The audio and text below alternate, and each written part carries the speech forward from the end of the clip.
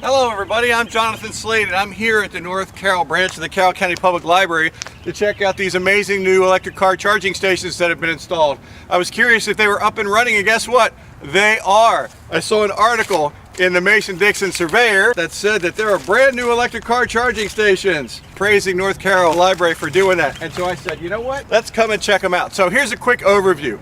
There are 3 charging stations here, and each charging station has 2 ports. You got a mighty fine looking electric vehicle there, partner.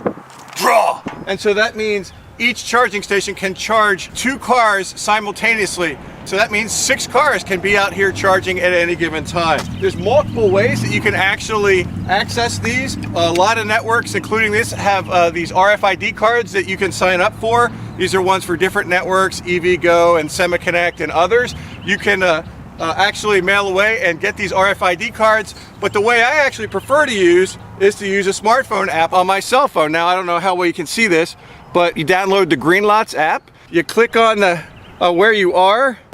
It tells you exactly what station this is. You look it up, and now you have to put like $25 onto your account. And again, you could do all that remotely. Here's what the screen looks like when it's actually charging. And it's just gonna keep charging until the car is done or until the driver actually unplugs the vehicle.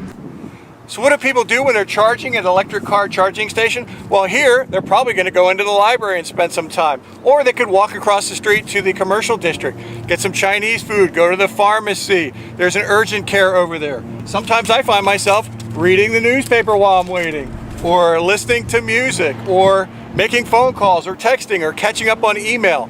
But as a teacher, the single thing I do most while I'm charging is grading papers. Oh man, it looks like this kid should be spending more time in the library. This is literally an ideal place, best case scenario of a place to have electric car charging stations. These are open 24 hours, people can come and plug in.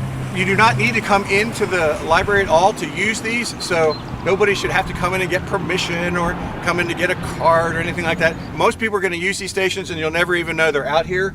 Every once in a while, the internet connection on these gets a little wiggly. I actually had difficulty connecting this morning on station number 1. So I just moved down here to station number 3 and it worked right away. So if people come in and say, I can't connect my car, suggest that they move down to another charging station and try it, because maybe the brain of the other one is scrambled temporarily. And also there's a number that they can call and contact if they need any customer service. I just want to say too, there's sort of a tendency in Carroll County, again, I've been driving all electric for 8 years now.